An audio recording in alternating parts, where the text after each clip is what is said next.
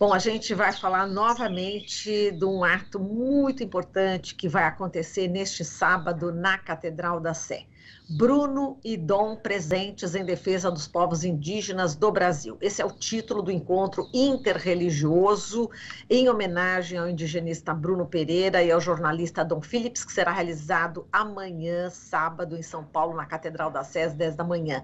A Beatriz Matos, que é a viúva do Bruno, e a Alessandra Sampaio, a viúva do Dom, estarão presentes. O arcebispo Dom Cláudio Umes, defensor socioambiental, conhecido como profeta da Amazônia, que faleceu no dia 4, também será homenageado.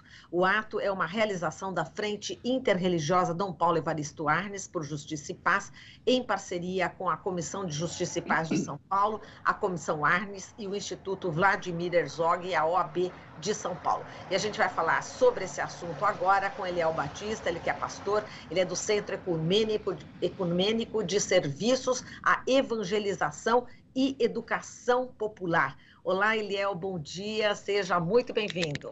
Oi, bom dia, muito obrigado, Marilu. É um prazer, uma honra poder estar aqui e falarmos desse ato importante, significativo e eu digo histórico, né? Para esses tempos que nós estamos vivendo, vai ser um marco imprescindível, é necessário ser, né? Exato. Eu vou começar por aí, viu, pastor, em relação a esse marco histórico, né? Então, a gente espera que a Catedral da Sé esteja lotada, né? Essa é a ideia, né? Todos os dias aqui, a Rádio Brasil Atual, a TVT, a Rede Brasil Atual, a nossa parceira Brasil de Fato, todos nós estamos justamente imbuídos com esse propósito, né? Que a Catedral fique realmente lotada. E é um marco histórico por quê, pastor? Vamos falar, vamos puxar essa simbologia muito forte desse ato, nesse momento que o Brasil atravessa. Sim, e principalmente, né, essa articulação religiosa que, infelizmente, mais uma vez, a religião tem sido usada para contradizer-se, né, para poder promulgar aquilo que é contraditório. Em termos das violências, né, o Brasil tem se tornado nos últimos anos campeão das violências.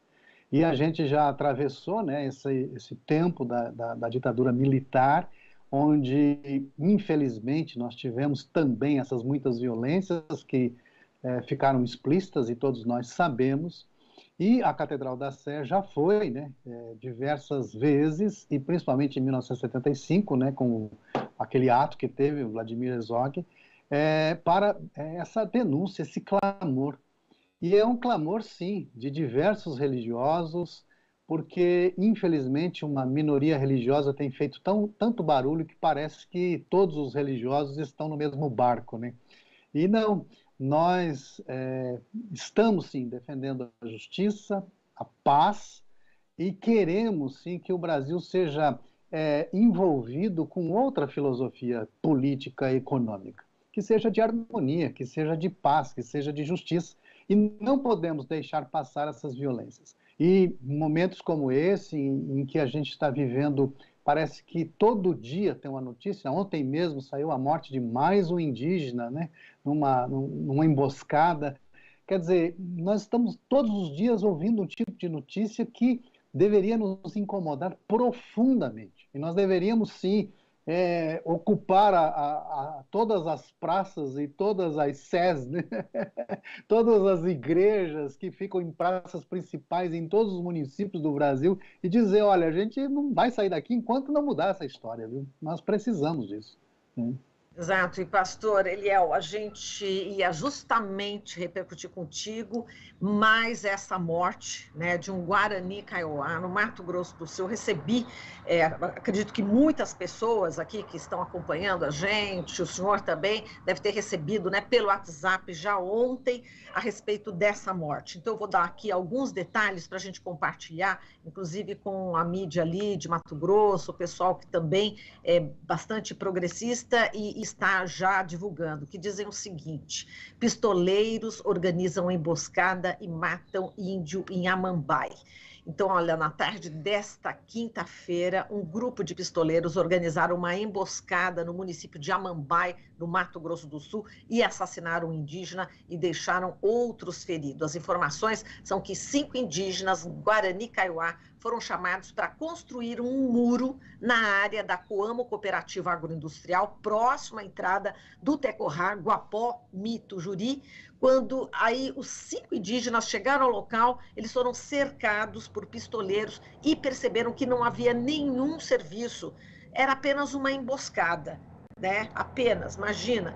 Então, essa emboscada fez com que houvesse, portanto, a morte, né, do Márcio Moreira. Ele foi torturado, executado, numa emboscada que, inclusive, os indígenas estão dizendo que está tendo apoio, inclusive, né, essa emboscada teve a participação da Polícia Militar. Então, quer dizer, é uma denúncia gravíssima. A APIB, né, a Articulação dos Povos Indígenas do Brasil, está trazendo essa notícia, e é muito grave. E desde o início da organização desse ato ecumênico na Praça da Sé, o que a gente vê é que assassinatos estão ocorrendo durante a organização. Né? Então, nós tivemos aí a morte, né, do tesoureiro do PT, o Marcelo Arruda, em Foz do Iguaçu. Agora a gente tem o assassinato desse indígena Guarani Kaiowá, 1 por semana. Então, até na organização, durante essa organização, né, pastor, vocês estão sentindo Sim. isso? Não param de acontecer as mortes, né? Realmente revoltante. Eu queria que o senhor falasse sobre isso, sobre essa escalada de violência que está agora de uma forma muito mais rápida até, né? E nós estamos percebendo aquilo que a Arendt, né, diz que é a banalização do mal, né? A Ana diz que parece que a gente não está mais sentindo, estamos como sociedade, e é óbvio que eu estou generalizando, né, amortecidos, anestesiados, porque não incomoda, a gente, tanta notícia, é um volume tão grande que fala assim, algumas pessoas chegam até a dizer assim, eu tenho que cuidar das minhas coisas, se eu ficar parando para isso e tal, mas espera aí, qualquer momento, porque isso já está na nossa vizinhança, o problema é esse, né? Uma morte, deveria nos parar, né? Seja ela qual for. Qualquer violência deveria fazer assim, espera aí, gente, está acontecendo alguma coisa errada. Agora, na escalada que nós estamos, que a gente mal digeriu uma notícia, mal teve o luto de uma notícia, já chega a outra, não dá tempo da gente respirar. Esse parece o fim de uma sociedade, e nós precisamos dizer um basta a isso. Não dá mais. O que nós estamos agora lidando, nós estamos praticamente numa violência institucionalizada. Aquilo que para nós era um absurdo, para nós era algo que estava distante, não, está batendo na nossa porta. E não dá mais para a gente admitir, não. A gente já deveria ter dado um basta lá atrás. Só que agora, ou nós tomamos uma posição, e principalmente esse ano, que a gente pode fazer uma escolha eleitoral, ou nós tomamos uma posição radical para a gente fazer uma mudança nisso, ou a gente não vai sair e nós vamos virar uma Gotham City. Nós vamos virar uma Gotham City e aí a gente não segura mais, né? Porque o mal, ele tem uma escalada e um crescimento geométrico e a gente não vai conseguir segurar. Exato. Pastor, a gente vai repercutir contigo em instantes o que disse a viúva, né, do Bruno Pereira, Beatriz Matos. Sim. Ela participou da audiência pública da Comissão Externa do Senado, que apura aí as causas do aumento da criminalidade e de atentados na região norte do país. Ela deu um depoimento bastante forte, contundente, ontem no Senado, e ela disse, eu já vou até antecipar aqui exatamente o que ela está dizendo. Ela disse que deseja uma retratação pública do presidente Jair Bolsonaro, do vice-presidente Hamilton Mourão e do Marcelo Xavier, presidente da FUNAI, por fazerem declarações contra o servidor licenciado da Fundação, que era o Bruno Pereira. Bom, pastor Eliel, a gente estava falando aqui anteriormente sobre a ida da viúva de Bruno Pereira até o Senado, a Beatriz Matos, e ela exigiu aí a retratação do presidente da República, do vice-presidente e do presidente da FUNAI. Só lembrando, né, que Bolsonaro chegou a afirmar que a dupla, né, o Dom e o Bruno, eles estavam numa aventura não recomendável, que o Dom era mal visto, né, por fazer muita matéria contra o garimpo, contra garimpeiro. O vice-presidente afirmou que a morte do Dom foi um dano colateral e que o jornalista entrou de gaiato, né, no assassinato pelo fato de estar junto aí com o Bruno. E também já em relação à FUNAI, diz que o Bruno e Dom não adotaram os protocolos sanitários de prevenção contra a Covid-19 para entrar na terra indígena. A FUNAI também acusou o Bruno de não ter a licença para entrar no território e as acusações foram todas, obviamente, rebatidas pela Univaja.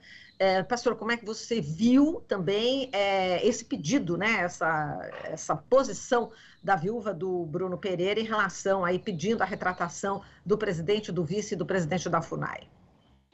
Olha, eu concordo com ela, porque principalmente a figura do presidente, ele é chamado não para ser juiz, né? E sim para ser presidente e ser presidente de todos os brasileiros, né? Mas, infelizmente, nós temos visto uma política em que determinados grupos são eleitos ou escolhidos para não serem vistos como os seres humanos. Eles são vistos como inimigos desumanizados e, por isso, eles podem ser eliminados, eles podem morrer, né? É o que acontece, por exemplo, e nós temos isso enraizado na nossa cultura, né? Uma mulher é estuprada e automaticamente se pergunta o que ela estava vestindo, o que foi que ela fez. Quer dizer, a vítima é que se torna o vilão, né, nessa história. E isso não pode ser assim, jamais, jamais. Essa necropolítica, ela tem que se terminar, ela tem que acabar com ela, não dá para continuar assim. E nós precisamos, e o povo brasileiro, ele quer, de fato, que o presidente seja presidente de todos os brasileiros e não esteja agindo como juiz. Mas, infelizmente, foi escolhido, né, um grupo para ser eliminado, para ser tirado, para ser extirpado da nossa sociedade, é colocado como inimigo e cada hora é dado um rótulo, porque facilita, né, você fazer uma política simplesmente de poder, né, de força, de violência. É uma política violenta, né? Exato. Agora, muitos acabam perguntando, né? Logo no início, você tinha falado a respeito, né? Enfim, de pessoas que são ligadas à igreja também, evangélicos e evangélicos, né? A gente tem a bancada da Bíblia, né? No Congresso.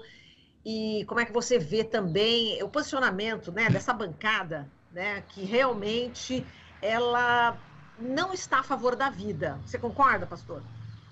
Eu concordo e eu penso da seguinte maneira, cabe à igreja defender a vida, cabe à igreja cuidar da população e, principalmente, defender os oprimidos e tentar fazer todo o processo de inclusão dos que são excluídos.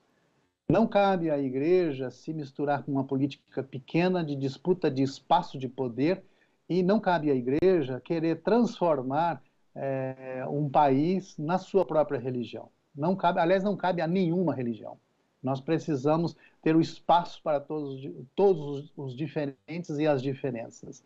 Mas, como que eu entendo? A minha fé diz que essa igreja, ou esse que se envolveu com poder, se vendeu. Ela, de fato, ela está se misturando com aquilo que a gente considera teologicamente de anticristo, que é justamente tudo aquilo que Cristo denunciou e foi contra, tudo aquilo que Cristo dedicou a sua vida e até morreu por causa disso, está sendo feito ao contrário. Então, essa denúncia tem que ser feita por todos aqueles que são de boa fé, porque, infelizmente, nós temos uma minoria, e é uma minoria, que faz tanto barulho que parece que todos os religiosos, todos os cristãos e toda a igreja é isso. Não, é porque eles estão indo para a rua fazer barulho. E acredito que esse ato, inclusive interreligioso, é para a gente lá chegar e fazer um barulho e dizer assim, espera aí, a maioria da população não concorda com o que está sendo feito. E a gente tem um monte de pesquisas a respeito disso. Se a maioria da população não concorda do que está sendo feito, por que estamos permitindo que seja feito, né? Então, essa igreja que está envolvida com essa política, ela está corrompida no seu princípio, na sua fé, e ela está numa posição contrária a Cristo. Olha, a partir de hoje, não vou falar mais bancada da Bíblia, não, vou falar bancada anticristo. Gostei aqui, exatamente, né? Como o senhor falou, né? É bancada anticristo, não dá nem para usar o nome da Bíblia, né? Em vão dessa maneira. Pastor, muitíssimo obrigada, tá aí a importância, né, da gente estar lá na Catedral da Sé a partir das 10 da manhã, amanhã a gente se vê lá. E todos nós estaremos ali participando, obviamente, Rádio Brasil Atual, TVT, nós como jornalistas, como cidadãos, né, estaremos lá com certeza. Pastor, muitíssimo obrigada pela entrevista e até uma próxima. Até, muito obrigado, viu? Obrigado. Eu quem agradeço. Bom, falamos aqui com o pastor Eliel Batista, ele que é do Centro Ecumênico de Serviços à Evangelização e Educação Popular e também integrante da Frente Dom Paulo Evaristo Arnes por Justiça e Paz. Aqui você ouve as notícias que os outros não dão. Jornal Brasil Atual.